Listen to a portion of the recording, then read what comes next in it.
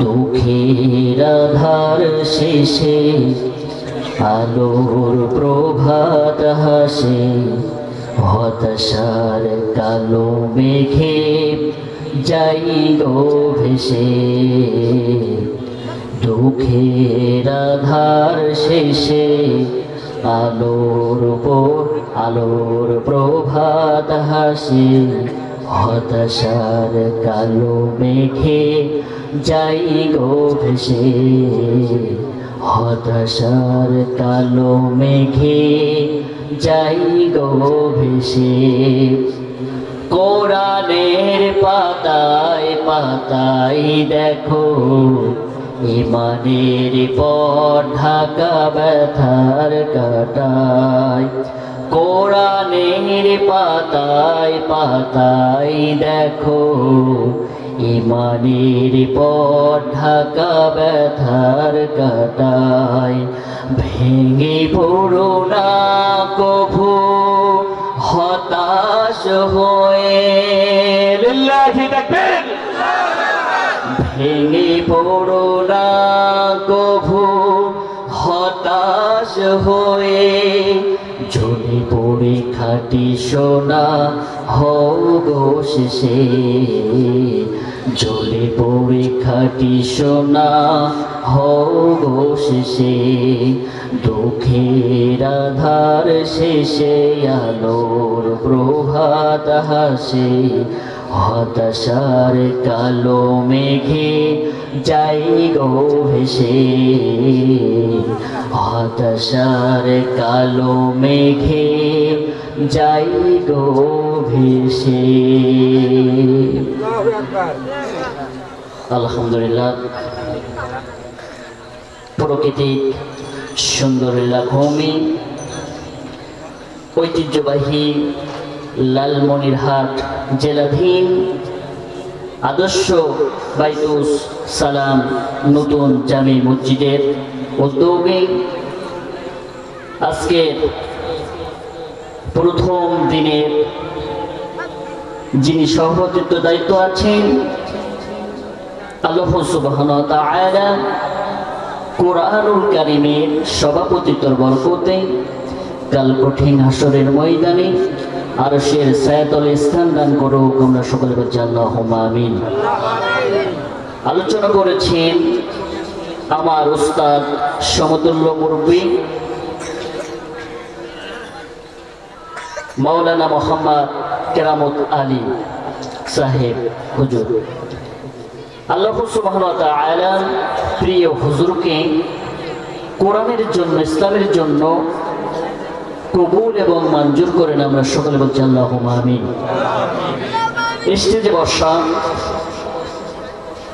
সম্মানিত তাওহীদি জনতা এবং আমার সামনে বসা কুচি কুচি মাসুম বাচ্চারা, যুবক ভাইয়েরা, মুরব্বী কেরাম, পদ্মার আড়ালে সতী সাধবী, সর্বগুণে গুণান্বিতা হযরতে ফাতেমাতু জোহরা রাদিয়াল্লাহু তাআলা আনহার উত্তরসূরি, হযরতে খাদিজাতুল কুবরা রাদিয়াল্লাহু তাআলা আনহার উত্তরসূরি প্রাণপ্রিয় আমার মা এবং বোনেরা, সরকার কর্তৃক প্রশাসন ভাইরা এবং এই সুন্দর আয়োজন যারা করেছেন সকলকে সহ আমার কাছের একজন মানুষ, আমার সাথে নিয়মিত যোগাযোগ রেখেছেন, আমাকে কোরআনের দাওয়াত দেওয়ার সুযোগ করে দিয়েছেন, আল্লাহ কবুল করেছেন। তার মাধ্যমে হাফেজ মাওলানা মেহেরুল ইসলাম ভাই সহ আমি সর্বপ্রথম দোয়া নেওয়ার জন্য জানাচ্ছি সালাম। আসসালামু আলাইকুম ওয়া রাহমাতুল্লাহি ওয়া বারাকাতুহু। সুপ্রিয় লালমনিরহাটবাসী, আপনারা সকলেই কেমন আছেন? আলহামদুলিল্লাহ। আমাদের সুস্থ রাখার মালিক কে? এই বিস্তৃত জমিনের মালিক কে? ওই বিশাল আসমানের মালিক কে? ওই বিশাল সূর্যের মালিক কে? ওই বিশাল তারকারাজের মালিক কে? ওই বিশাল লৌহে মাহফুজের মালিক কে? আপনাকে আমাকে সুস্থতা দান করে এইখানে বসার তৌফিক একজন দিয়েছেন, তিনি কে? বিশ্বনবীর চতুর্থ খলিফা হযরত আলী রাদিয়াল্লাহু তাআলা আনহু তিনি হাদিসখানা বর্ণনা করেছেন, যেখানে কোরআন ও হাদিসের আলোচনা করা হয় ওই জায়গাটা পৃথিবীর কোনো জায়গার স্থান থাকে না, ওটা হয়ে যায় জান্নাতের বাগিচা। সুবহানাল্লাহ বলে আমরা কোথায় বসে আছি? আমরা সকলেই কোথায় যেতে চাই? জান্নাতে নাকি জাহান্নামে যাবেন? আমরা সকলেই কিন্তু জান্নাতে যেতে চাই, কথা বলেন ঠিক না? আল্লাহ সুবহানাহু ওয়া তাআলা আমরা যে জান্নাতের বাগিচায় বসে আছি, অনেক মানুষ আছে পৃথিবীর জমিনে এই মুহূর্তে টিভির সামনে বসা, কথা বলতে হবে না, ওয়াজ হবে না, কে ঠিক না? অনেক মানুষ আছে হসপিটালের বেডে মৃত্যুর সাথে লড়াই করতেছে, এমন মানুষ আছে না নাই? এই জন্য আল্লাহ সুবহানাহু ওয়া তাআলা আপনাকে যে সুস্থতা দান করেছেন, অনেক মানুষ আছে পৃথিবীর জমিনে বোবা মানুষ আছে না নাই? অনেক মানুষ আছে প্রতিবন্ধী মানুষ আছে না নাই? অন্ধ মানুষ আছে না নাই? কিন্তু এই চোখ দিয়েছেন, আপনার বডির ভিতরে যে নিয়ামত আল্লাহ সুবহানাহু ওয়া তাআলা দিয়েছেন, এর শুকরিয়া আদায় করে আপনি শেষ করতে পারবেন। সুবহানাল্লাহ বলেন। সাধারণত দেখেন একটা চোখ আল্লাহ সুবহানাহু ওয়া তাআলা আমাদেরকে দিয়েছেন, কি দেন নাই? এই মোবাইলটা দেখেন, এই মোবাইলটার 3টা ক্যামেরা আছে। এই 3টা ক্যামেরা আমি নতুন যখন কিনছিলাম অনেক সুন্দর ক্যামেরা হতো, ভিডিও হতো, ছবি তোলা যেত। 1-2 বছর যেতে না যেতে ক্যামেরাটা কিন্তু ঘোলা হয়ে গেছে, কথা বলেন ঠিক না? বিজ্ঞান গবেষণা করে পেয়েছে, কিন্তু কোরআনুল কারীমের ভিতরে আল্লাহ সুবহানাহু ওয়া তাআলা 1500 বছর আগেই জানিয়ে দিয়েছেন, ওই যে আকাশের তারকা দেখা যায়, সর্বশেষ যে তারকাটা, ওই তারকাটা হলো পৃথিবীর চেয়ে 13 লক্ষ কোটি বড়। আমরা কি দিয়ে দেখি? চোখ দিয়ে দেখা যায় কি যায় না? তাহলে আল্লাহর শুকরিয়ার নিয়ামত শেষ করে কি আদায় করে কি শেষ করা যাবে? শেষ করা যাবে? যাবে। আপনার আমার রিজিকের ফয়সালা একজন করেন, তিনি কে? দেখেন সকালবেলা যখনই পাখিগুলা কিচিরমিচির শব্দ করতে করতে বাসা থেকে বের হয়ে যায়, বিজ্ঞান গবেষণা করে পেয়েছে এই পাখিগুলা কিচিরমিচির শব্দ করে না, আবার আল্লাহর নামে রবের নামে জিকির করতে করতে রিজিকের সন্ধানে বের হয়ে যায়। আবার সন্ধ্যাবেলা যখন ফিরে আসে দেখবেন বাঁশবাগানে পাখিগুলা কিচিরমিচির শব্দ করে কি করে না? ওই পাখিগুলা বিজ্ঞান গবেষণা করে পেয়েছে কিচিরমিচির শব্দ করে না। ওই পাখিগুলা আমার রবের নামে আলহামদুলিল্লাহ আলহামদুলিল্লাহ প্রশংসা করতে থাকে। তাহলে আমাদের রিজিকের ফয়সালা একজন করেন, তিনি কে? আরেকটা তথ্য আপনাদেরকে দিই, বিজ্ঞান গবেষণা করে পেয়েছে ওই যে সাগরের তিমি মাছগুলা, বড় বড় তিমি মাছগুলা এক এক লোকমায় খাদ্য খায় হলো 12 টন মন খাদ্য। একজন খাবান, তিনি কে? তাহলে সব ক্ষেত্রে সব জায়গায় প্রশংসা হবে কার? আসেন তো তাহলে ইনশাআল্লাহ সুবহানাহু ওয়া তাআলার দরবারে আকাশ বাতাস মুখরিত করে দিয়ে হৃদয়ের আবেগ আর অনুভূতিটুকু উজাড় করে দিয়ে আল্লাহর দেওয়া কণ্ঠখানে ছেড়ে দিয়ে বলছে আলহামদুলিল্লাহ। জোর হয় না, বিশেষ করে লালমনিরহাট বাসীর আওয়াজ এত কম হতে পারে না, আমি স্বপ্নই ভাবতে পারি না। কেননা ইতিপূর্বে আমি দেখেছি ফেসবুকে, ইউটিউবে আমি দেখেছি লালমনিরহাট বাসীর মানুষ হলো ইসলাম প্রেমিক মানুষ, কথা বলেন ঠিক না? এদের রক্ত জমিনে ঝরেছে। খালি তাই নয়, বাংলাদেশের এই প্রান্ত থেকে আমরা ইসলাম কায়েম পেয়েছি। কারণ আপনাদের রংপুরের আবু সাইদ যদি ওই 36 রাইফেলের সামনে যদি বুকের তাজা রক্ত না ঢেলে দিত, তাহলে আমরা 16 বছর পরে এই ইতিহাস আমরা দেখতে পাতাম না, কথা বলেন ঠিক না? সুতরাং মুসলমান আমরা এখানে সংখ্যায় কম হতে পারে, কিন্তু 1500 বছর পূর্বের দিকে লক্ষ্য করলে বোঝা যায় 313 জন শাহবাজ মাইন্ডারকে নিয়ে 1000-এর বিরুদ্ধে লড়াই করে সেই দিন মুসলমানদের জয় ছিনিয়েছে। কথা বলেন ঠিক কিনা? 10,000-এর বিরুদ্ধে লড়াই করে সেই দিন মুসলমানদের জয় ছিনিয়ে নিয়েছে। 10,000 1 লাখের বিরুদ্ধে লড়াই করে মুসলমানদের জয় ছিনিয়ে নিয়েছে।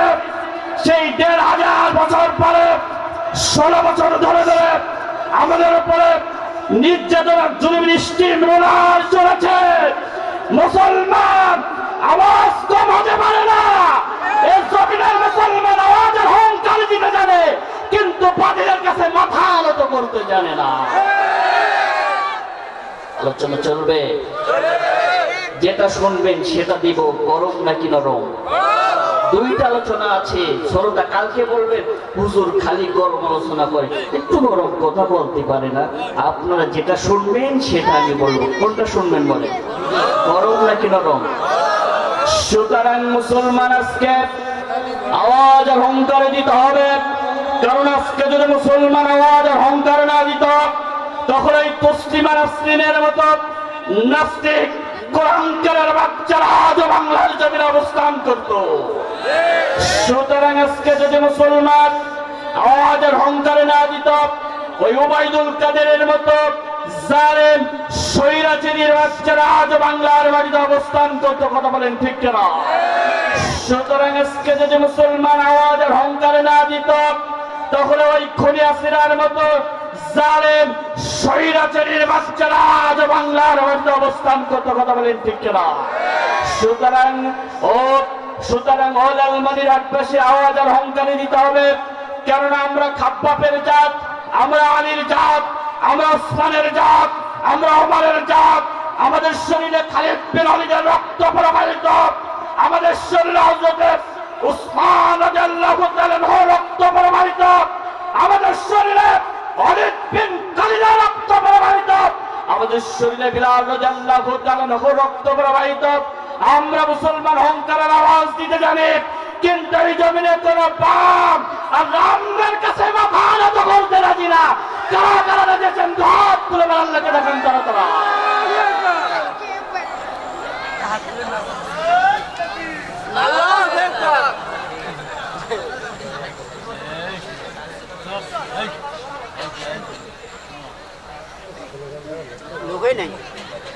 নারায়ে তাকবীর স্লোগান দিতে আপনারা ভয় পান নাকি? 16 বছর ধরে ধরে ইতিহাস দেখলে বোঝা যায়, এক শ্রেণীর রাম আর বামেরা নারায়ে তাকবীর স্লোগান দিলে এদের দিল কেঁপে উঠত। কথা বলেন ঠিক কিনা? কিন্তু তাকবীর দিতে বলেছেন কে? সূরাতুল মুদ্দাসসির, ইয়া আইয়ুহাল মুদ্দাসসির কুম ফানজির ওয়া রাব্বাকা ফাকাব্বির। তাকবীর দিতে হবে কার নামে? তাকবীর দিয়েছিল বিশ্ব নবীর সাহাবাজ মাইন্ডা। সেই দিন কাফেরের বাচ্চারা থরথর করে কেঁপেছিল। তাকবীর দিয়েছিল হযরত ওমর ফারুক রাদিয়াল্লাহু তাআলা আনহু। সেই দিন কাফের বাচ্চারা খণ্ডের থরথর করে মক্কার নগরীতে মদিনার বুকে থরথর করে কেঁপেছিল। তাকবীর দিয়েছিল খালিদ বিন ওয়ালিদ। সেই দিন কাফেরের থরথর করে কেঁপেছিল। আজকে আমরা তাকবীরের অহংকার তুলতে চাই এই লালমনিরহাটে জমিন থেকে, যেন এই জমিন থেকে রাম পাপ ইসলাম বিদ্বেষী কোরআন বিদ্বেষী নাস্তিকের বাচ্চারা পালাতে বাধ্য হয়। কথা বলেন ঠিক কিনা? দিতে পারবেন না তাকবীর? একজন দেন, কার গলায় জোর আছে? তাকবীর দেন। এই কথা বলে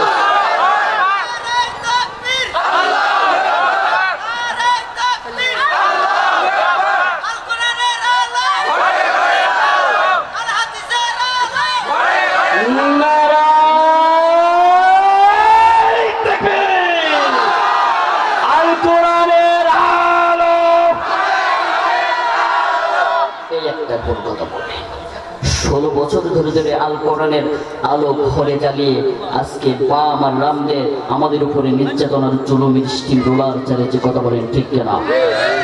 আমরা এই সুযোগ দিতে চাই না।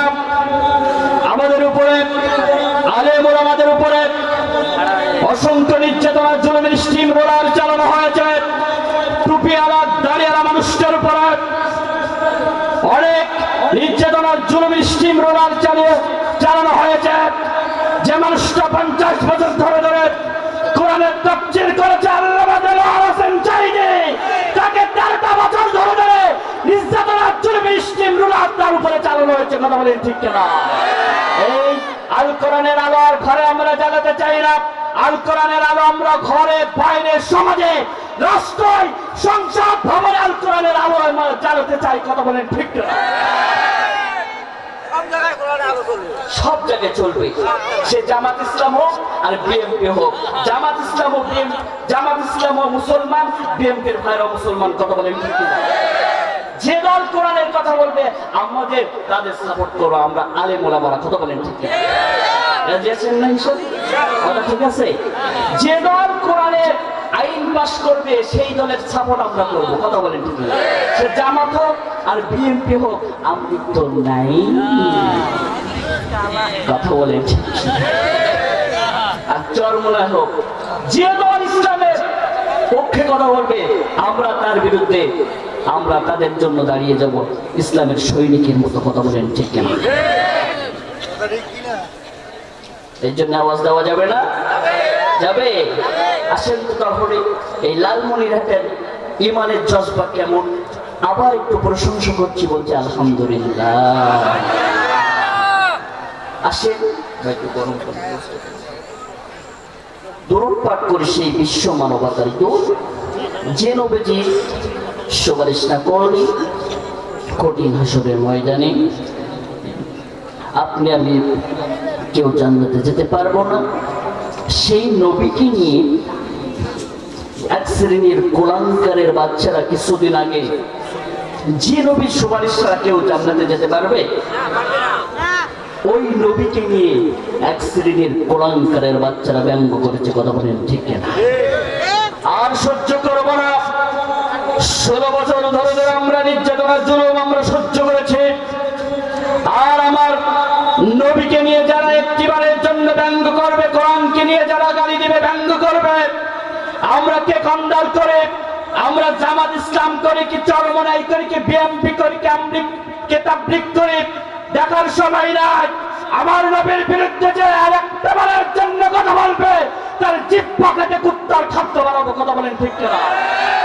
রাজি আছেন তো আপনারা ইনশাআল্লাহ? সবাই বলেন লিল্লাহি তাকবীর।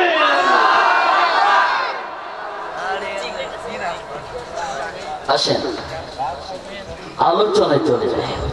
কথা হবে আল্লাহর কোরআন থেকে, হাদিস থেকে। ফোন থাকলে রেকর্ডিং করেন, আর খাতা কলম থাকলে লিখে নেবেন। কোন দলের বিপক্ষে আমি কথা বলবো না, কথা হবে কোরআন থেকে। কোরআনের বিপক্ষে যে দল যাবে, আমি কোরআনের হক কথা বলেই যাব। মুস্তাফিজুর রহমান মুজাহিদি কার পক্ষে গেল আর কার বিপক্ষে গেল, আমি মুস্তাফিজুর রহমান মুজাহিদের দেখার সময় নাই। কোরআনের হক কথা বলতে গিয়ে যদি আজকে এই লালমনিরহাট থেকে সাতক্ষীরায় আমি জীবিত ফিরেও না যাই, আমার লাশ ফিরে যায়, তাহলে কোরআনের হক কথা বলা বন্ধ হবে। বাসা থেকে যখন বের হয়ে আসি, গতকাল মাহফিলে ছিলাম আপনাদের রংপুরে পীরগাছা, চেনেন নাকি আপনার? পীরগাছায় ছিলাম।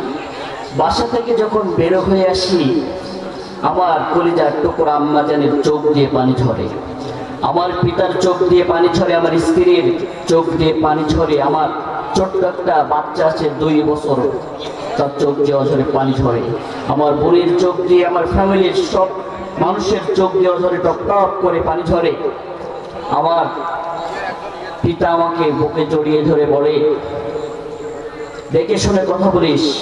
আমি তাদেরকে ডেকে বলেছি, তোমার সন্তান কোন গান বাজনা অনুষ্ঠানে যাচ্ছে না, তোমার সন্তান হলো কোরআনের কথা বলার জন্য যাচ্ছে। কথা বলেন ঠিক কিনা? কোরআনের হক কথা বলতে গিয়ে কুল্লু নাফসিন যায়কাতুল মাউত, জন্ম যখন নিয়েছে মৃত্যুর স্বাদ একদিন গ্রহণ করতে হবে। তোমার সন্তান যদি কোরআনের জন্য জীবন দেয়, তুমি হবে কঠিন কিয়ামতের ময়দানে শহীদের বাবা।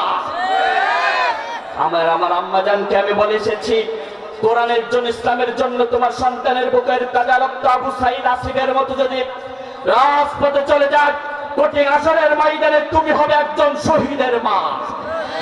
স্ত্রীকে বলে এসেছি, কোরআনের জন্য তোমার স্বামী যদি বুকের তাজা রক্ত রাজপথে ঢেলে দেয়, কঠিন আসরের ময়দানে তুমি হবে একজন শহীদের স্ত্রী। কথা বলেন ঠিক কিনা? কোরআনের হক কথা বলে এই জগতে জীবন থাকার আওয়াজ দিয়ে আওয়াজ দিবেন না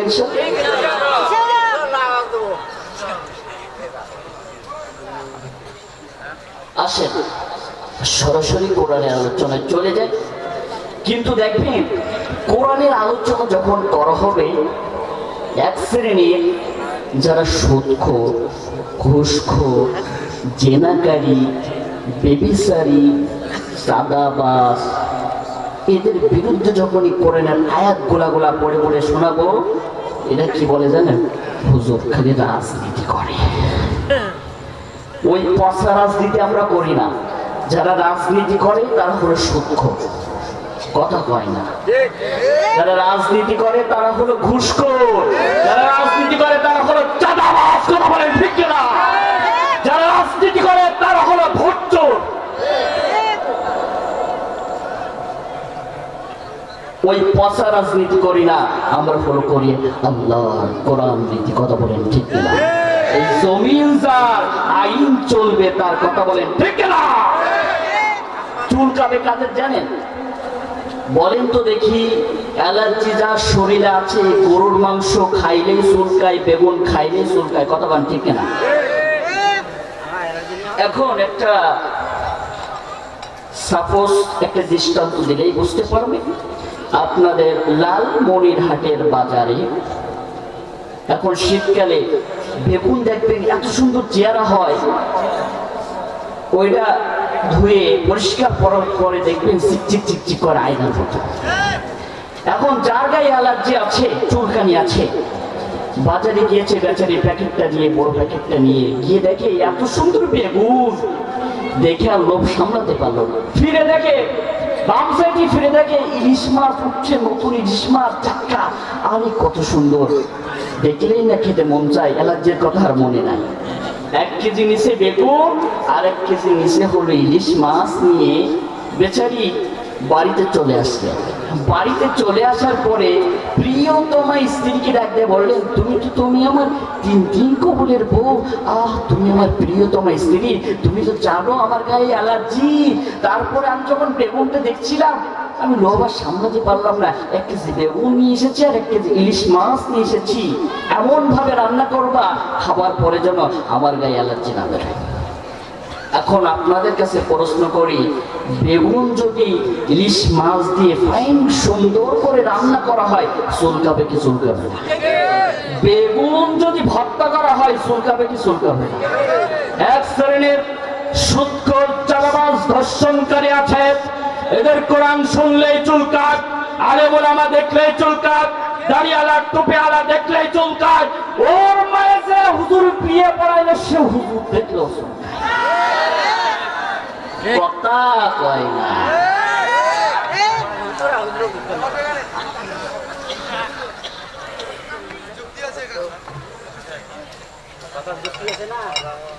ঠিক আছে দাদা, এবার আসেন ভূমিকায় আর নয়, সরাসরি কোরআনুল কারীম থেকে কিছু তাফসীর আপনাদেরকে শোনাই। কোন কিচ্ছা কাহিনী হবে না, সরাসরি তাফসীরে চলে যায়।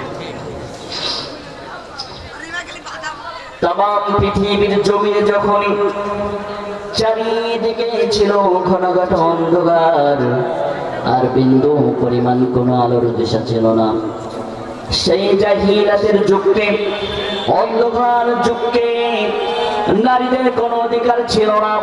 সেই অন্ধকার যুগে সোনালী যুগে পরিণত করার জন্য আমার সাজিমের মালিক আল্লাহ সুবহানাহু ওয়া তাআলা এই পৃথিবীর জমিনে দুইটা নিয়ামত পাঠিয়ে দিলেন। চিৎকার মেরে বলুন সুবহানাল্লাহ।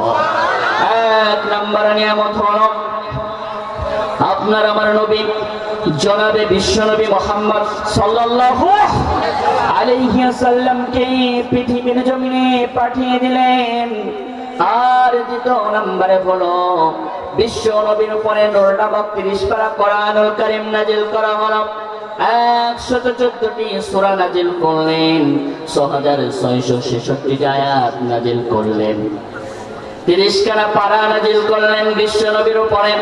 এবার আসেন মুসলমান ভাইয়েরা আমার, সরাসরি কোরআনুল কারীমের কাছে চলে যায়। কেন বিশ্বনবীর উপরে কোরআনুল কারীম নাযিল করা হলো আর কিসের জন্য নাযিল করা হলো? কোরআনুল কারীমের কাছে আমরা একটু সরাসরি প্রশ্ন করি, কোরআন আপনি কেন পৃথিবীর জমিনে আসলেন, কিসের জন্য আসলেন, আর আপনার প্রথমে আপনার বাসা কোথায় ছিল? কোরআনুল কারীম আমরা একটু আপনার কাছে জানতে চাই। কোরআনুল কারীম সঙ্গে সঙ্গে জানিয়ে দিলেন।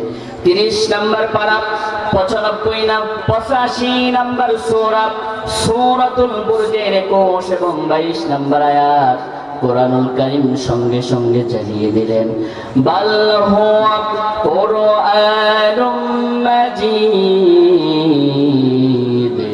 ফি লাওহিন মাহফুজ।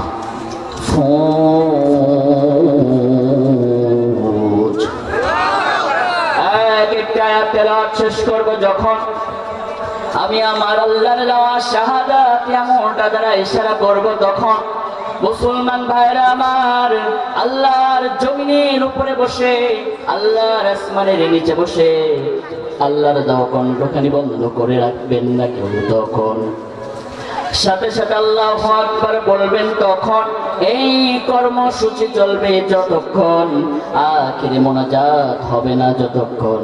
রাজি আছেন যারা যারা আল্লাহর দেওয়া কণ্ঠখানি ছেড়ে দিয়ে আল্লাহু আকবার বলেন তারা তারা। এখন প্রশ্ন করতে পারেন, হুজুর আমরা যে আল্লাহু আকবার বললাম, এর কোন ফজিলত, এর কোন ফায়দা আছে না নাই? আপনার কাছে একটু জানতে চাই। বিশ্বনবী বললেন, যদি কোনো বান্দা বান্দি একবার সুবহানাল্লাহ, একবার আলহামদুলিল্লাহ বলে, জমিন থেকে আসমান পর্যন্ত যত ফাঁকা জায়গাগুলো আছে, এই ফাঁকা জায়গাগুলা সবে পরিপূর্ণতা করে দেন একজন, তিনি কে? এই জন্য সব সময় আল্লাহু আকবার বলবেন, সুবহানাল্লাহ বলবেন, আলহামদুলিল্লাহ বলবেন। আপনার আমলনামায় নেক দিয়ে ভরপুর করে দিবেন একজন, তিনি কে? এই জন্য হাঁটতে চলতে সব সময় সুবহানাল্লাহ আলহামদুলিল্লাহ বলার প্রয়োজন আছে না নাই? এই জন্য হাঁটতে চলতে সব সময় আলহামদুলিল্লাহ সুবহানাল্লাহ বলবেন। এইবার আসেন কোরআনুল কারীমের কাছে প্রশ্ন করলাম, ও কোরআন, আমরা তো বুঝলাম আপনার বাসা হলো লৌহে মাহফুজে। এখন আপনি পৃথিবীর জমিনে কবে এসেছেন, কিসের জন্য এসেছেন? আপনার কাছে একটু জানতে চাই। কোরআন আপনার কাছে, আপনি কোন মাসে এসেছেন? পবিত্র কোরআনুল কারীম সঙ্গে সঙ্গে জানিয়ে দিলেন। 2 নম্বর পারা, 2 নম্বর সূরা, সূরাতুল বাকারার 185 নম্বর আয়াত কোরআনুল কারীম সঙ্গে সঙ্গে জানিয়ে দিলেন, শাহরু রমাদানাল্লাযী উনজিলা ফীহিল কুরআন। আল্লাহু আকবার। কোরআনুল কারীম সঙ্গে সঙ্গে জানিয়ে দিলেন, আরবি 12টা মাসের মধ্যে আমি কোরআন পবিত্র মাহে রমাদান মাসে নাযিল হয়েছে। আল্লাহু আকবার বলেন। এইবার আসেন কোরআনুল কারীমের কাছে আমরা প্রশ্ন করি, ও কোরআন, আমরা তো বুঝলাম আপনি হলো মাহে রমাদান মাসে নাযিল হয়েছেন, কিন্তু কত তারিখে? 1 থেকে 30টা আমরা রমজান অতিবাহিত করি, 1 থেকে 29টা আমরা রমজান অতিবাহিত করি। ও কোরআন, আপনি কত তারিখে এসেছেন? কোরআনুল কারীম সঙ্গে সঙ্গে জানিয়ে দিলেন। 114টি সূরার ভিতরে 97 নম্বর সূরা, সূরাতুল কদরের 1 নম্বর আয়াত কোরআনুল কারীম সঙ্গে সঙ্গে জানিয়ে দিলেন, ইন্না আনজালনাহু ফি লাইলাতিল কদর। আল্লাহু আকবার।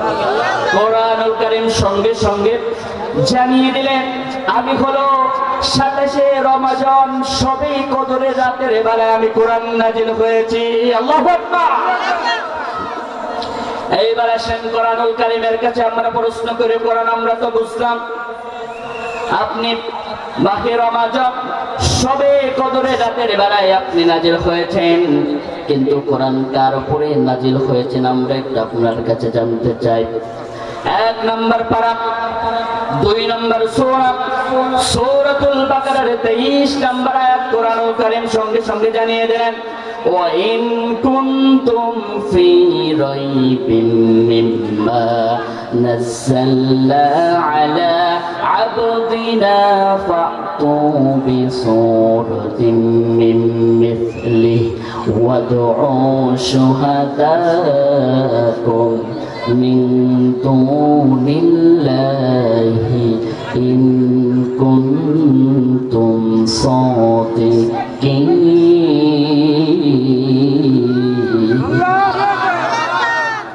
আমি কোরআন নাজিল করেছি আমার বান্দা মুহাম্মাদের উপরে, তোমরা যদি কেউ সন্দেহ মনে করো, কোরআনুল কারীমের ভিতরে 114টি সূরা আছে, তোমরা একটা ছোট্ট একটা সূরা তোমরা তৈরি করে নিয়ে আসো। আল্লাহ ব্যতীত এই কাজে আল্লাহ ব্যতীত অন্য কাউকে সাহায্য দানকারীকে তোমরা ডেকে নাও। যদি তোমরা সত্যবাদী আল্লাহু আকবার বলেন, তাহলে আমরা বুঝলাম কোরআন আব্দুল্লাহ বেটা মুহাম্মাদের উপরে নাজিল হয়েছে। কথা বলেন ঠিক কিনা? এইবার আসেন কোরআনুল কারীমের কাছে আমরা প্রশ্ন করি, ও কোরআন আমরা তো বুঝলাম আপনি বিশ্ব নবীর উপরে নাজিল হয়েছেন, কিন্তু কোরআন আপনি কাদের জন্য নাজিল হয়েছেন? কোন দলের জন্য নাকি কোন গোষ্ঠীর জন্য নাকি কোন খালি আব্দুল্লাহ বেটা মুহাম্মাদের জন্য আর বিশ্ব নবীর সাহাবা আজমাইনদের জন্য আপনি কি নাজিল হয়েছেন? কোরআনুল কারীম বললেন না না না। 2 নম্বর পারা 2 নম্বর সূরা সূরাতুল বাকারা 185 নম্বর আয়াত কোরআনুল কারীম সঙ্গে সঙ্গে জানিয়ে দিলেন, হুদাল লিন্নাসি ওয়া বাইয়িনাতিন মিনাল হুদা ওয়াল ফুরকান।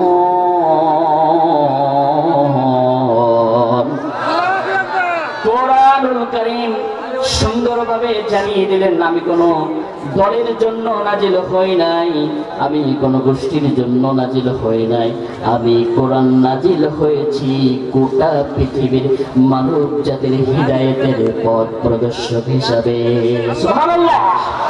তাহলে আমরা বুঝলাম কোরআনুল কারীম গোটা পৃথিবীর হিদায়াতের পথ প্রদর্শক হিসেবে নাজিল হয়েছে। আল্লাহু আকবার।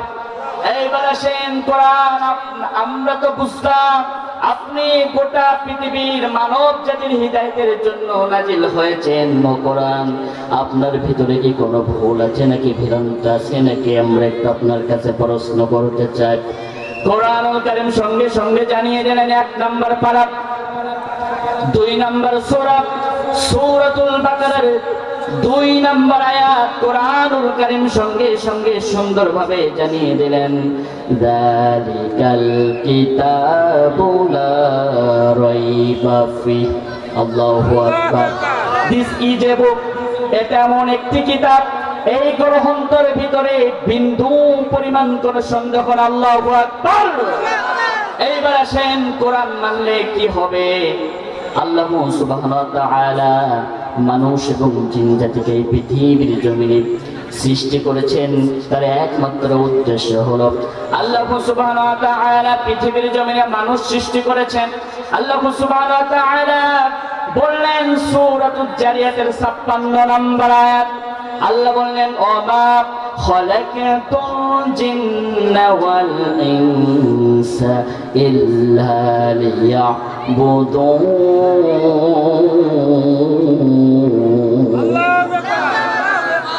আল্লাহ সুবহানাহু ওয়া তাআলা মানুষ এবং জিন জাতিকে সৃষ্টি করেছেন, তার একমাত্র উদ্দেশ্য হলো আল্লাহর গোলামি আর আল্লাহর ইবাদত যারা করবে।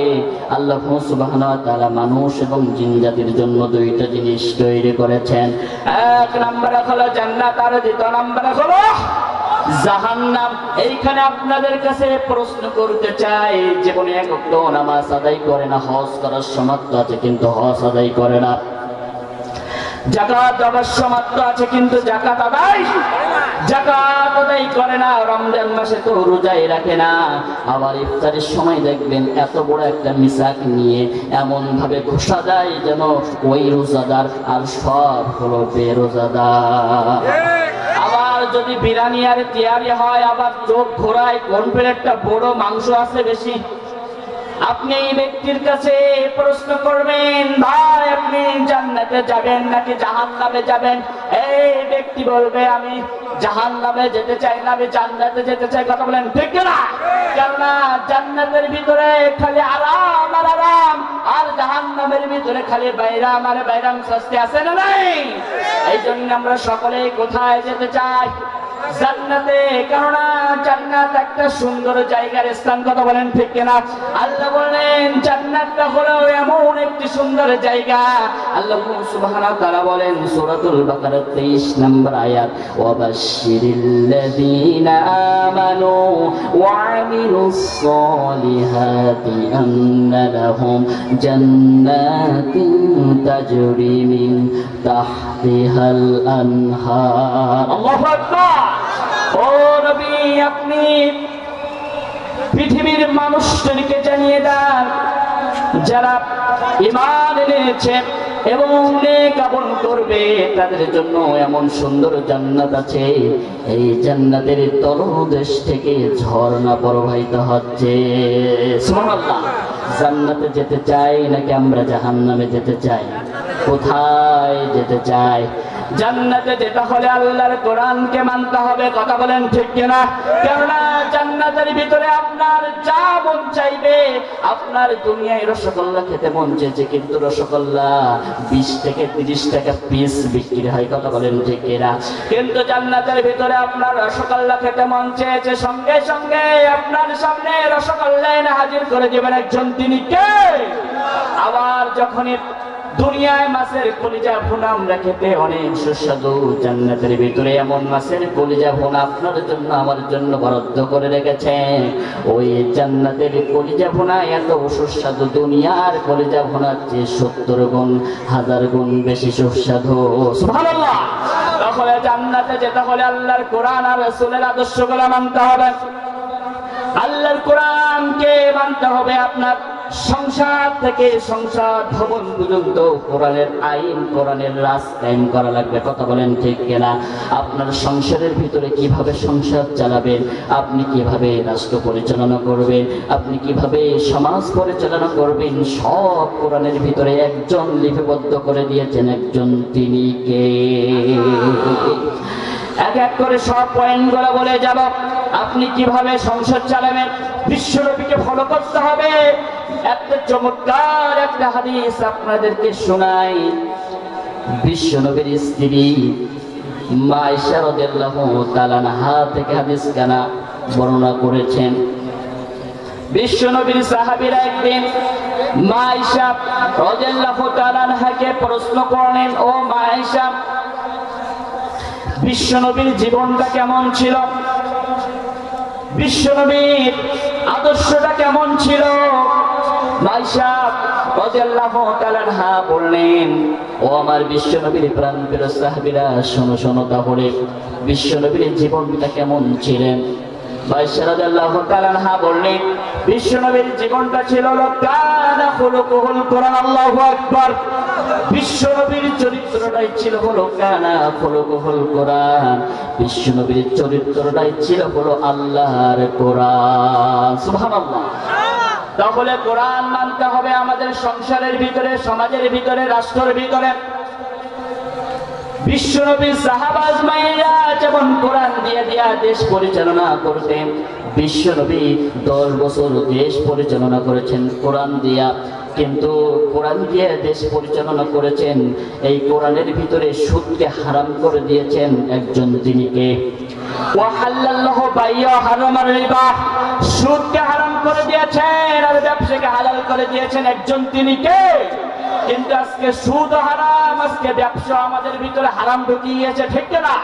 চিংড়ি মাছ কিনবেন, যখনই দেখবেন পানি দিয়া পানিতে চুপায়া চুপায়া 800 গ্রাম চিংড়ি মাছ 1 কেজি হয়ে যায়। কথা বলেন ঠিক কিনা? এই চিংড়ি মাছ খালি আমাদের সাতক্ষীরায় প্রচুর আকারের মাছ চিংড়ি মাছ চাষ করা হয়।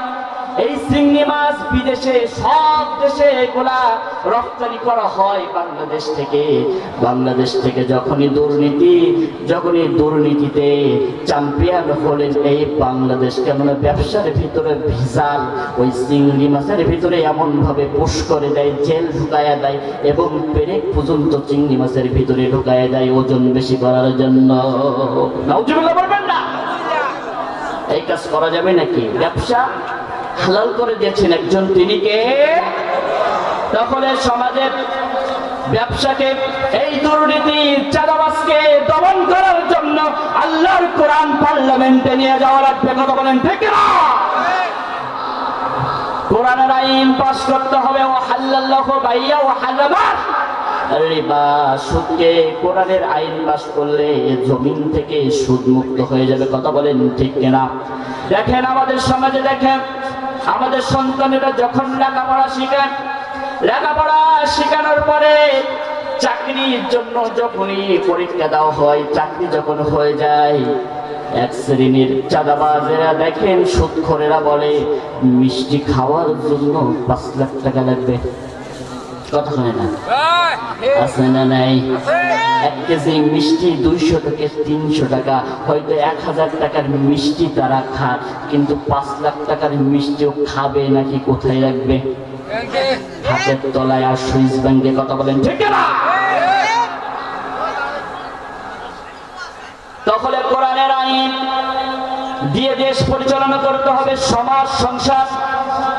তাহলে জমিন থেকে 5 লাখ টাকার মিষ্টি যারা খাওয়ার জন্য নেয়, আপনার আমার মতো গরিবের ছেলেরা যখন চাকরির জন্য রাজপথে, আমার আবু সাইদ ভাই জীবন দিয়েছে, শহীদ হয়েছে। কথা বলেন ঠিক না? তাহলে কোরআনের আইন যদি আমরা পাশ করি, আবু সাইদের মতো একজন ফুলের মতো একজন একটা জীবন আর রাজপথে ঝরবে নাকি? কোরআনের আইন পাশ করতে হবে, তাহলে একটা সুদ করার সুদ খাওয়ার সাহস পাবে না। এবার আসেন সূরাতুল মাইদা 38 নম্বর আয়াত। আল্লাহ বলেন ওয়াসারিকু ওয়াসারিকাতু, চোর চুরি করলে হাত কেটে নাও। আমার দেশে চোর আছে না নাই? আরে নাই, চোর আছে আমার দেশে। আপনার আমার হক মেরে খেয়েছে ভোট চোর। কথা হয় না? ভোট চোর আছে না নাই? এক শ্রেণীর ভোট চোর আপনার আমার হক, যে দলের হোক, ওই দলে যদি সাপোর্ট না করা হয়, যে বিএনপির লোক হোক আর জামাতের লোক হোক, তাদের ভোট চুরি হয়েছে। কতক্ষণ ঠিক কিনা? আছে না নাই? তাহলে কোরআনের আইন যদি সংসদ ভবনে পাশ করা হয় আর কোরআন অনুযায়ী সূরাতুল মাইদার 38 নম্বর আয়াত অনুযায়ী যদি একটা চোরের হাত কেটে নেওয়া হয়, এ বাংলার জমিনে আর একটাও চোর থাকবে নাকি? থাকবে? থাকবে। আমরা মনে করি যারা সাইকেল চোর, রাতের বেলায় হাড়ি কড়াই ঘোড়া যারা চুরি করে, এরাই মনে হয় আসল চোর। আসল চোর তো ওরাই শিক্ষিত হওয়ার পরে 5 টাকার কলম দিয়ে যারা কোটি টাকার হিসাব করে, এরাই হলো চোর। ঠিক না? একটা উদাহরণ দিলেই বুঝতে পারবেন, চমৎকার একটা উদাহরণ। এক এলাকার ভিতরে 3 চোরের উৎপাত। সেই দেশে হলো কোরআনের রাজ কায়েম আছে। ওই রাজা বিচার করে কোরআনের অনুযায়ী সেই দেশে রাষ্ট্র পরিচালনা হয়। এখন 3 চোর এত পরিমাণ বাড়াইছে, চুরি করে কিন্তু ধরা পড়ে না। গায়ে তেল মেখে চুরি করার পরে যখন ধরে আর স্লিপ টেনে খেয়ে চোর পায়। এখন কিভাবে এলাকার লোক চোর 3টা উৎপত্তি আর সহ্য না করতে পেরে কিভাবে ধরা যায়? একদিন এলাকার সব লোকগুলো একত্রিত হয়ে চোর ধরার ফাঁদে দিচ্ছে। 3 চোর আসবে না সেই দিন চলে এসে চুরি করার জন্য। আসবে না ইমাম সাহেবের বাসায় এসে চুরি করার জন্য। এখন এলাকার লোকজন চুরি করার পরে চোর তিনটাকে ধরে ফেলেছে, আলহামদুলিল্লাহ বলে। এখন চোর তিনটার বিচার করা হবে, ফাইসাল্লা করা হবে। ওই রাষ্ট্রের ভিতরে প্রধানমন্ত্রীকে ডাকা হলো, কোরআন অনুযায়ী রাজাকে ডাকা হলো, কোরআন অনুযায়ী তাদের হাত কেটে নেওয়া হলো। এখন চোর তিনটা হাওমাও করে কান্নাকাটি শুরু করে দিয়েছে, হুজুর আমাদের হাত কাটবেন না, রাজা সাহেব আমাদের হাত কাটবেন না, আমাদের বাসাতে ছোট্ট ছোট্ট তিনটা বাচ্চা আছে, আমাদের স্ত্রী আছে, পিতা মাতা আছে, আমাদের হাত কাটবেন না হুজুর। রাজা সাহেবের মনে একটু দয়া হলো, বলল ঠিক আছে তোদের হাত কাটা মাফ করলাম, কিন্তু তিনজন চোর, জ্যৈষ্ঠী মাস তখন, তিনজন চোর তোরা তিনটা ফল নিয়ে আয়। কয়টা? তিনটা ফল। এখন চোর তিনটা অনেক খুশি, আমাদের হাত কাটা মাফ করছে, তিনটা ফল নিয়ে আসবো আমরা। এখন খুশিতে আত্মরা হয়ে আপনি ছোট ফল আনবেন না বড় ফল আনবেন? বড় দিকে ফল আনবেন। এখন তিন চোর চলে আসলেন, বিচার ফয়সালা করা হবে। এই প্রথম নম্বর চোর, তুমি কি নিয়ে এসো? প্রথম নম্বর চোর একটা নিয়ে এসে হলো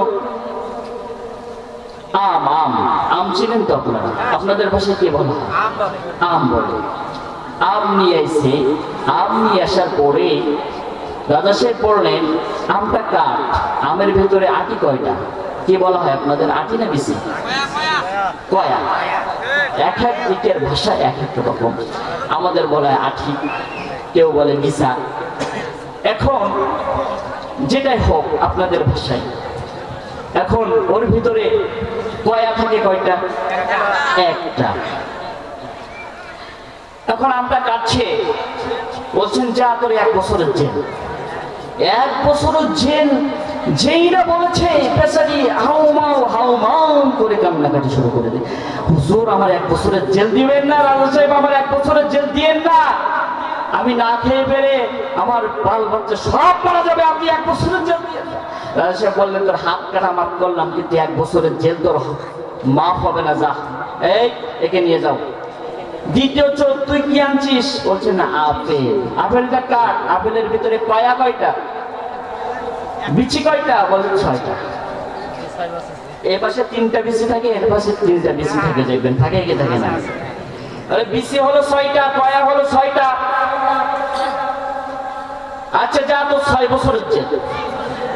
যখনই 6 বছরের জেল বলছে, বেচারি চোর একবার হাসতে হাসতে এ পাশে পড়ে, একবার হাসতে হাসতে এ পাশে পড়ে। রাজা সাহেব বললেন ও 1 বছরের জেল দিলাম, কান্নাকাটি করে কুল পাই না, 6 বছরের জেল দিলাম, তুই হাসিস কেন? কারণ কি রে? বলেন রাজা সাহেব একটু হাসতে দেন। রাজা সাহেব ধাড়ি মেরে বলে কি হয়েছে বল। বলছে ও লোক ও করতে গেছে কেন? একটু সিম্পল ভাষায় বললাম, ও লোক ও করতে গেল কেন? কি হয়েছে রে? আমার 6টা বিসি বলে আমার 6 বছরের জেল, ওর একটা বিসি বলে, একটা কয়া বলে 1 বছরের জেল, আর ও লোক তরমুজ আনতে গেল কেন? বুঝেন না মনে হয়? তরমুজের বিসি করবেন কখন আর ও জেল দেবেন কখন? সুতরাং মুসলমান যারা ভেবেছিল 16-17 বছর ক্ষমতায় যারা রাজত্ব করেছিল, তারা ভেবেছিল যদি এই ময়দানে যারা তাফসীর করে তাদেরকে হত্যা করে, কামরুল ইসলাম সাঈদী নিজামীকে হত্যা করে, আল্লামা জালাল হোসেন সাঈদীকে 13 বছর কারারুদ্ধ করে, ওরা মনে করেছিল ইসলাম ডুবে যাবে, ইসলাম নিভবে না। ওরা 16 বছর 13 বছর জেলখানার ভিতরে আটকে রেখেছে, কিন্তু ইসলামকে দাবাতে পারি নাই, কত বলেন ঠিক কিনা?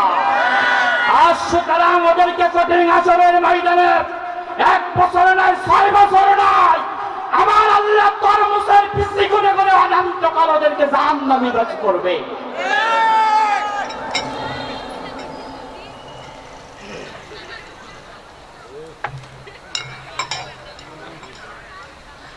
দাও খোদা দাও আমায় আবার উমার দরস দিল, দাও খোদা দাও আমায় আবার উমার দরস দিল, দাও আলীর মতো, দাও আলীর মতো বীর সেনানী, জগতে নিখিল, দাও খোদা দাও আমায় আবার উমার দরস দিল। লিল্লাহি তাকবীর। হামজাকে দাও ঘরে ঘরে জীবন দিতে অকাতরে। লিল্লাহি তাকবীর। আল্লামা সাইদকে দাও ঘরে ঘরে জীবন দিতে অকাতরে। তারেক জিয়াকে দাও ঘরে ঘরে দেশের জন্য তারা জীবন দিতে পারে। কথা বলেন ঠিক না? জামিকে দাও ঘরে ঘরে জীবন দিতে অকাতরে। কামরুজ্জামানকে দাও ঘরে ঘরে ইসলামের জন্য জীবন দিতে পারে। ঠিক না? আবার কাবা ভাঙতে এলে, আবার কাবা ভাঙতে এলে পাঠাও আবাবিল, দাও খোদা দাও আমায় আবার উমার দরস দিল, দাও খোদা দাও আমায় আবার উমার দরস দিল। আল্লাহু আকবার। তাহলে কোরআনের রাজ কায়েম করতে হবে আমাদের সমাজে। যেমন বিশ্বনবীর সাহাবা আজমাইনরা কোরআনের রাজ কায়েম করেছিল, একটা চমৎকার একটা ইতিহাস আপনাদেরকে শোনায় যায় আজকে। অদ্দজানের খলিফা, খলিফাতুল মুসলিমিন আমিরুল মুমিনিন সাইয়েদনা ওমর ফারুক রাদিয়াল্লাহু তাআলা আনহু, তিনি যখন রাষ্ট্র পরিচালনা করতেন, অদ্দজানের খলিফা ছিলেন 12,500 বর্গ কিলোমিটারের প্রেসিডেন্ট ছিলেন ওমর ফারুক, সাইয়েদনা ওমর ফারুক রাদিয়াল্লাহু তাআলা আনহু। তিনি যখন প্রেসিডেন্ট ছিলেন, প্রেসিডেন্ট থাকা সত্ত্বে তিনি যখনই রাষ্ট্র পরিচালনা করতেন, এক এক রাষ্ট্রের জন্য এক একজনকে দায়িত্ব দিয়ে দিলেন। আমিরের গভর্নর হিসাবে সাইদ বিন আমিরকে দায়িত্ব দেওয়া হলো। সাইদ বিন আমিরের যখনই সাইদ বিন আমিরকে দায়িত্ব দেওয়া হলো, সাইদ বিন আমিরের নামে তার রাষ্ট্রের জনগণ, তার রাষ্ট্রের উপরে যারা চারটা অভিযোগ দায়ের করেছে। কয়টা? 4টা অভিযোগ দায়ের করেছে। কি কি আপনারা শুনবেন নাকি? শুনবেন? 4টা অভিযোগ দায়ের করেছে। 1 নম্বর অভিযোগ হলো, সাইদ বিন আমির তুমি কেন রাষ্ট্র পরিচালনা করতে সপ্তাহে একদিন কেন আসো না রাষ্ট্র পরিচালনা করতে? সাইদ বিন আমির কথার জবাব দাও। 2 নম্বর অভিযোগ হলো, সাইদ বিন আমিরের নামে 2 নম্বর অভিযোগ দায়ের করা হয়েছে। সাইদ বিন আমির সপ্তাহে একদিন রাষ্ট্র পরিচালনা করতে, সাইদ বিন আমির একদিন রাষ্ট্র পরিচালনা করতে কেন আসো না? কথার জবাব দাও। 3 নম্বর অভিযোগ হলো, সাইদ বিন আমির তোমার নামে 3 নম্বর অভিযোগ দায়ের করা হয়েছে। সাইদ বিন আমির তুমি রাষ্ট্র পরিচালনা করতে করতে হঠাৎ করে কেন বেহুশ হয়ে তুমি মাটিতে পড়ে যাও? এর কথার জবাব তুমি দাও। 4 নম্বর অভিযোগ হলো, সাইদ বিন আমির তোমার রাষ্ট্রের জনগণ, তোমার রাষ্ট্রের উপর যারা, 4 নম্বর অভিযোগ তোমার নামে দায়ের করা হয়েছে। তুমি যখনই রাষ্ট্র পরিচালনা করতে করতে বাসাতে চলে যাও। বাসাতে গিয়ে তুমি যখন ইশার নামাজ আদায় করে বাসাতে প্রবেশ করো, তোমাকে যখনই ডাকা হয় রাষ্ট্র পরিচালনার কোনো কাজে, তুমি কেন তাদের ডাকের সাড়া তুমি দাও না? এই চারটা অভিযোগ সাইদ বিন আমেরের নামে করা হয়েছে। সাইদ বিন আমের চলে আসলেন, সকল প্রজারা চলে আসলেন। সাইদ বিন আমেরের নামে যখনই চারটা অভিযোগ দায়ের করলেন, সাইদ বিন আমের চলে আসলেন, বললেন খলিফাতুল মুসলিমিন আমিরুল মুমিনিন তাহলে শোনেন, আমার নামে যে চারটা অভিযোগ দায়ের করা হয়েছে, এক নম্বর অভিযোগ হলো ও খলিফাতুল মুসলিমিন আমিরুল মুমিনিন তাহলে শোনেন, আমার নামে যে প্রথম নাম্বার অভিযোগ দায়ের করা হয়েছে, আমি কেন সবাই প্রত্যেক দিন রাষ্ট্র পরিচালনা করতে কেন আসি না? এর কারণ হলো আমি ওই রাষ্ট্রের প্রেসিডেন্ট হতে পারি, ওই রাষ্ট্রের প্রধানমন্ত্রী হতে পারি, কিন্তু শুনে রাখেন আমার বাসায় একটা কাজের মহিলা নাই। আমি যখন ফরজের নামাজ শেষ করে বাসাতে আসি, বাসার কাজগুলা সব আমি নিজে হাত দ্বারাই করি। আমার স্ত্রীটা হলো প্রতিবন্ধী, ন্যাংরা খোড়া, আর আমার ছোট্ট ছোট্ট তিনটা বাচ্চা আছে। আমি যখনই ফজরের নামাজ শেষ করে যখনই বাসাতে আসি, আমি আমার বাসার কাজগুলা সব করি। কোপ থেকে আটা তৈরি করি, আটা থেকে রুটি তৈরি করে আমার স্ত্রীকে খাওয়াই। আমার ছোট্ট ছোট্ট তিনটা বাচ্চা আছে, আমি ছোট্ট ছোট্ট তিনটাকে খাওয়াই। তারপর আমি সাইদ বিন আমের রাষ্ট্র পরিচালনা করতে সবাই আসি। সুবহানাল্লাহ। দ্বিতীয় নম্বর অভিযোগ হলো সাইদ বিন আমের, তোমার নামে যে দ্বিতীয় নম্বর অভিযোগ দায়ের করা হয়েছে, আর এই দ্বিতীয় নম্বর অভিযোগ হলো তুমি কেন সপ্তাহে একদিন রাষ্ট্র পরিচালনা করতে কেন আসো না সাইদ বিন আমের? এর কথার জবাব তুমি দাও। সাইদ বিন আমের খলিফাতুল মুসলিমিন আমিরুল মুমিনিনকে লক্ষ্য করে বলেন, ও খলিফাতুল মুসলিমিন আমিরুল মুমিনিন তাহলে শোনেন, এর কারণ হলো আমি কেন সপ্তাহে একদিন রাষ্ট্র পরিচালনা করতে কেন আসি না? আমার গায়ে যে জুব্বাটা দেখতেছেন, এই জুব্বাটা ছাড়া দ্বিতীয় কোনো জুব্বা আমার নাই। বিশ্বনবী সাল্লাল্লাহু আলাইহি সাল্লাম বলেছেন, আত-তাহুরু শাতরুল ঈমান, পবিত্রতা পরিচ্ছন্নতা হলো ঈমানের অঙ্গ। এই জন্য সপ্তাহে একদিন জুম্মার নামাজ পড়ার জন্য আমি ফজরের নামাজ আদায় করে বাসার কাজগুলো সব গুছানোর পরে, স্ত্রীকে খাওয়ানোর পরে, ছোট্ট ছোট্ট বাচ্চাদের খাওয়ানোর পরে আমি আমার জামাটা পরিষ্কার করে দিই। জামাটা পরিষ্কার করে শুকাতে শুকাতে জুম্মার নামাজ চলে আসে। জুম্মার নামাজ চলে আসার পরে ওই জামাটা শুকাতে শুকাতে জুম্মার নামাজের সময় হয়ে যায়, আমি জামাটা পরিধান করে জুম্মার নামাজে চলে যাই। এই জন্যে ওই যে সপ্তাহে একদিন শুক্রবারের দিন আমি রাষ্ট্র পরিচালনা করতে আসতে পারি না। একটা রাষ্ট্র প্রেসিডেন্ট তার একটা জামা, আর আমার দেশের প্রধানমন্ত্রীর একটা পিএস চাকরেরও 4,000 কোটি টাকার মালিক। কত পান ঠিক না? আপনার আমার রক্ত গামানো টাকা, আপনার আমার ব্যবসার টাকা, কথা বলেন ঠিক না? তাহলে আজকে যদি কোরআনের আইন পার্লামেন্টে নিয়ে যাওয়া হয়, 4,000 কোটি টাকার মালিক কে ওরা হবে? 4,000 কোটি টাকার মালিক ওরা হবে না। তৃতীয় নম্বর অভিযোগ হলো সাইদ বিন আমের নামে তৃতীয় নম্বর অভিযোগ দায়ের করা হলো।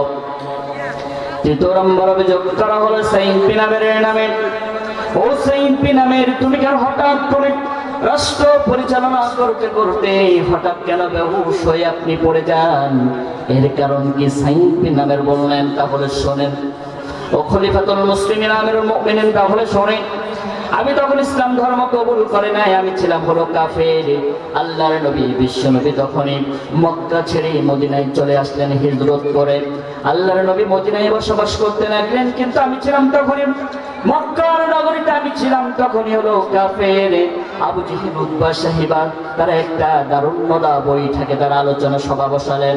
দারুন্নদা বই থেকে আলোচনা সবাই তারা বিল পাস করলেন, মদিনা থেকে তোমরা যদি বিশ্ব নবীর সাহাবাদেরকে ধরে এনে আমাদের হাতে তোমরা তুলে দিতে পারো, তোমরা যেটা চাইবা, যা চাইবা আমি তোমাদেরকে তাই দেব। নারী চাও, গাড়ি চাও, বাড়ি চাও, তোমাদেরকে সব দেওয়া হবে। ওই মদিনা থেকে বিশ্বনবীর সাহাবা আজমাইনদেরকে ধরে নিয়ে আসো। কিছু মুনাফিক মার্কা মুসলমান ছিল, দেখবেন যখনই এ দল ক্ষমতায় থাকে এই দলের সাপোর্ট করে, যখন এই দল ক্ষমতায় থাকে এই দলের সাপোর্ট করে। এদের কি বলে? মুনাফিক। আর মুনাফিকের স্থান হবে, আল্লাহ বললেন ইন্নাল মুনাফিকিনা ফিদ দারকিল আসফালি মিনান নার।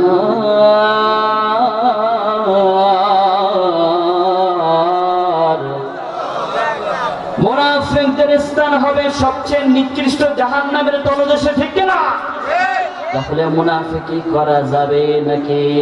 যে দল করতে হবে একটাই দল, কথা নাই না। যখন এই কিছু মুনাফিক ছিল, তারা মাথায় ছিল হলো টুপি, মাথায় ছিল হলো পাগড়ি, পরনে ছিল হলো জুব্বা। তারা নারীর লোভে, সম্পদের লোভে তারা কাফেরদের সাথে হাত মিলালেন। হাত মিলানোর পরে কিছু কাফের আর কিছু মুসলমানদেরকে নিয়ে তারা মক্কা ছেড়ে মদিনায় চলে আসলেন বিশ্বনবীর কাছে। বিশ্বনবী আমার বসা, মসজিদের নবাবিতে বসা। আল্লাহর নবী কিন্তু গায়েব কিন্তু জানতেন না। আল্লাহর নবীর কাছে বললেন, ইয়া রাসূলুল্লাহ, হাবিবাল্লাহ, আমরা কয়েকজন মানুষ ইসলাম ধর্ম কবুল করে নিয়েছি। ইয়া রাসূলুল্লাহ, ইয়া হাবিবাল্লাহ, আপনার কিছু ভালো দামি সাহাবীদেরকে আমাদের সাথে পাঠিয়ে দেন। ইয়া রাসূলুল্লাহ, হাবিবাল্লাহ, আমরা একত্রিত অনেক মানুষ হয়ে ওই যে মক্কার নগরীতে ইসলাম প্রচারে দেব। বিশ্বনবীর ওদের কৌশল বুঝতে পারলেন না। বিশ্বনবী বেছে বেছে কয়েকজন ভালো দামি সাহাবীদেরকে পাঠিয়ে দিলেন। আমিরের দায়িত্ব হিসাবে দিলেন হলো হযরতে খুবাইব রাদিয়াল্লাহু তাআলা আনহুকে আমিরের দায়িত্ব হিসাবে পাঠিয়ে দিলেন ওদের সঙ্গে পাঠানোর পরে যখনই মদিনার গেট ক্রস করে মক্কার ভিতরে প্রবেশ করেছে, তখনই এরা বলে গিয়েছিল, আমরা যখনই মদিনার গেট ক্রস করে মক্কার ভিতরে প্রবেশ করব, তোমরা চতুর্দিক থেকে তলোয়ার আর বল্লভ গোলা নিয়ে তোমরা ঘিরে ফেলে দেওয়া। খাঁটি মুসলমান যারা বিশ্বনবীর উম্মত, যারা খাঁটি মুসলমান ছিল, তাদেরকে চতুর্দিক থেকে কাফেররা ঘেরাও করে ফেলে দিল। ঘেরাও করার পরে তাদেরকে লক্ষ্য করে বললেন, ও তোমরা যারা বিশ্বনবীর সাহাবা আজমাইনরা আছে তারা ঈমান এনেছে, হ্যাঁ আল্লাহর উপরে যারা ঈমান এনেছে তারা শুনে রাখো, তোমরা টাকা চাও, গাড়ি চাও, বাড়ি চাও, নারী চাও, তোমাদেরকে সব দেওয়া হবে। তোমরা ইসলাম ছেড়ে দাও আর আব্দুল্লাহ বেটা মুহাম্মাদের দল থেকে আমাদের দলে চলে আসো। তোমরা নারী চাও, গাড়ি চাও, বাড়ি চাও, তোমাদেরকে সব দেওয়া হবে। তোমরা ইসলাম ছেড়ে দাও। নাউজুবিল্লাহ বলবেন না? কিন্তু যারা প্রকৃত ঈমানদার, যারা মুমিন, তারা হলো 13 বছর কারার ভিতরে বন্দী থাকে, আয়নাঘরের ভিতরে বন্দী থাকে, কিন্তু ইসলাম থেকে চুল পরিমাণ তাদেরকে সরানো যায় না। যারা খাঁটি মুমিন ছিল, আল্লাহ বললেন সূরাতুল হুজরাতের 15 নম্বর আয়াত, ইন্নামাল মুমিনুনা আল্লাযীনা আমানু বিল্লাহি ওয়া রাসূলিহি সুম্মা লাম ইয়ারতাবু ওয়া জাহাদু বিআমওয়ালিহিম ওয়া আনফুসিহিম ফি সাবিলিল্লাহ উলাইকা হুমুস সাদিকুন।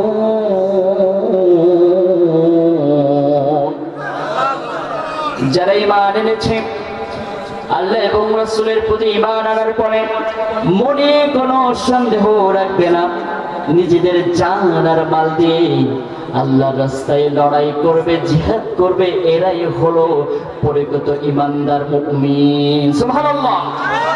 যারা খাঁটি মুমিন ছিল তারা বললেন, আমরা ঈমান এনেছি, আল্লাহ এবং রাসূলের প্রতি ঈমান এনেছি, আমরা ঈমান ছাড়বো না। আমরা নারী চাই না, গাড়ি চাই না, বাড়ি চাই না। কেননা ইসলামের জন্য, কোরআনের জন্য আল্লাহর নবী আমার মক্কা ছেড়ে মদিনায় চলে গিয়েছে।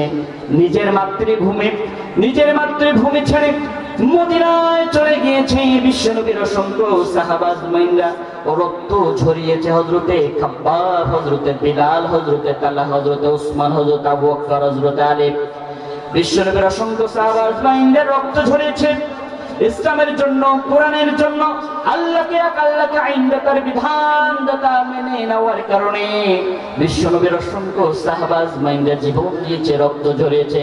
আল্লাহর নবী আমার তাইফের ময়দানে, উহুদের ময়দানে, বদরের প্রান্তরে রক্ত ঝরিয়েছে। আমরা জীবন দেব, শহীদ হব, কিন্তু ইসলাম থেকে চুল পরিমাণ দূরে সরে যাব না। আল্লাহু আকবার। যখন এই কথা বললেন, কাফেররা আর কাজ বিলম্ব করলেন না, সঙ্গে সঙ্গে হযরতে খুবাইব রাদিয়াল্লাহু তাআলা নকে গাছের সাথে বেঁধে রাখলেন। গাছের সাথে বেঁধে তাকে হাতে পায়ে দড়ি দিয়ে রশি দিয়ে বেঁধে রাখলেন। আর যারা মুসলমান ছিল, খাঁটি মুমিন ছিল, ইমানদার ছিল, এক আল্লাহকে যারা আইনদাতার বিধানদাতা বলে মেনে নিয়েছিল, এই সমস্ত মুসলমানদের উপরে অসংখ্য নির্যাতনের জুলুমের স্টিম রোলার চালানো হলো। এক পর্যায়ে তাদেরকে বল্লফের আঘাতে, ছুরির আঘাতে, তরবারির আঘাতে তাদেরকে পৃথিবীর জমিন থেকে বিদায় করা হলো, কিন্তু তারা ঈমান ছাড়ি নাই। কথা বলেন ঠিক কিনা? যাদের হৃদয়ে আছে আল্লাহর ভয়, তারা কবু পথ ভুলে যায় না। আল্লাহর প্রেম ছাড়া এ দুনিয়ায় কারো কাছে কোনো কিছু চাই না, কারো কাছে কোনো কিছু চাই না। লিল্লাহি তাকবীর। রাতের আধারে যারা সিজদাতে রয়, দু চোখে অশ্রুতে নদী যেন বয়। আল্লাহু আকবার। রাতের আধারে যারা সিজদাতে রয়, দু চোখে অশ্রুতে নদী যেন বয়। সলোনার হাত জানি যত আসুক, পিছনে ফিরে সে তাকায় না। যাদের হৃদয়ে আছে আল্লাহর ভয়, তারা কবু পথ ভুলে যায় না। আল্লাহর প্রেম ছাড়া এই দুনিয়ায় কারো কাছে কোনো কিছু চাই না, কারো কাছে কোনো কিছু চাই না। দিন কায়েমের পথে যারা অবিচল, তারা হলো আল্লাহর প্রিয়জন। বাতিলের কাছে যারা হার মানে না, সংগ্রাম করে যায় আমরণ। হীরার আলোতে যার হৃদয় রঙিন, হাতে আন কোরআনের দীপ্ত সঙ্গীন। লিল্লাহি তাকবীর। সত্যর পথে যারা নিবেদিত প্রাণ, শত্রুকে কবু ভয় পায় না।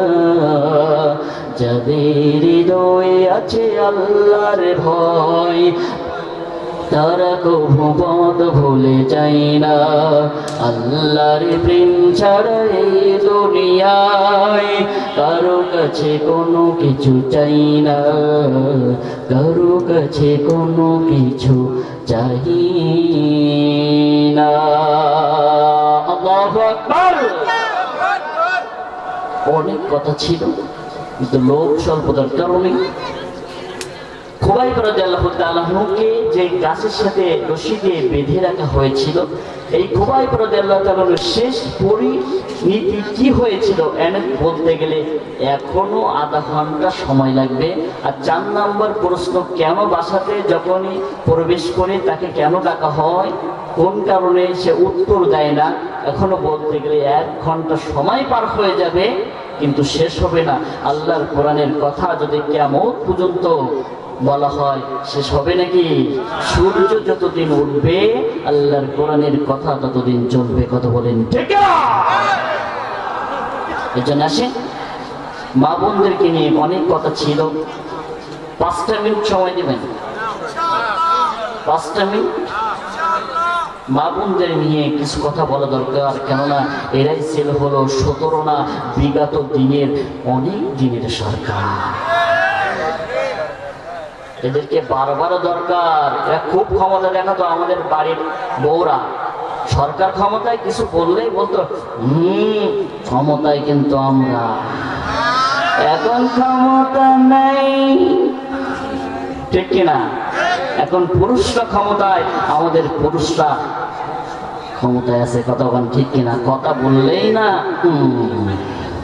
ঠিক কিনা? কথা বললেই না একটা জায়গায় দুইটা বিয়ে করবেন, কেননা চারটা সুন্নত দিয়েছেন একজন, তিনি কে? এই জন্য যেটা বেলাইন করবে চৌকাট বদলাই দিবে, ঠিক আছে না? মা বোনদেরকে লক্ষ্য করে বলি, কোরআন থেকে বলছি, অকরনা ফি বুয়ুতিকুন্না ওয়ালা তাবারাসনা ওয়ালা তাবাররুজাল জাহিলিয়াতিল উলা। হে নারীকুল, তোমরা জাহিলি যুগের নারীদের মতো চলাফেরা করো না, তোমরা গৃহের ভিতরে বসবাস করো, ঠিক কিনা বলেন? কিন্তু আজকে হয়েছে মডেলে, আজকে বেপর্দাহীন, এমন এমন বোরকা পরে শরীরে যে কি আছে, কত কেজি ওজন সব দেখা যায়, কথা বলেন ঠিক কিনা? আবার আপনারা বলবেন হুজুর আপনিও দেখেন, সামনের মধ্যে পড়ে গেলে আর কি করার বলেন? একবার দেখবেন, তাই বলে ফিরে তাকানোর সময় কিন্তু এক নজর হলো আপনার নজর ভালো বদ, আর দ্বিতীয় নজর হলো শয়তানের নজর, কথা বলেন ঠিক কিনা? ফিরে যখন দেখবেন শয়তান ওই পুরুষের মনের ভিতরে, আমরা তো আর হিজড়া না, আমরা তো খাঁটি পুরুষ, বলেন ঠিক কিনা? এই জন্য আপনাদেরকে বলি, আপনারা পর্দার ভিতরে থাকবেন, জান্নাতের মেহমান বানিয়ে দিবেন একজন, তিনি কে?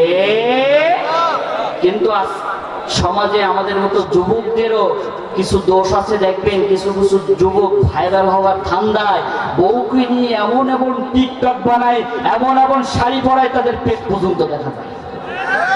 ওর পেটে যে সন্তান হবে সে মুস্তাফিজুর রহমান মুজাহিদ হবে না, আল্লামা দেলোয়ার হোসেন সাইদ হবে না, সে একজন হবে খুনি হাসিনার মতো সন্ত্রাসী, কথা বলেন ঠিক কিনা?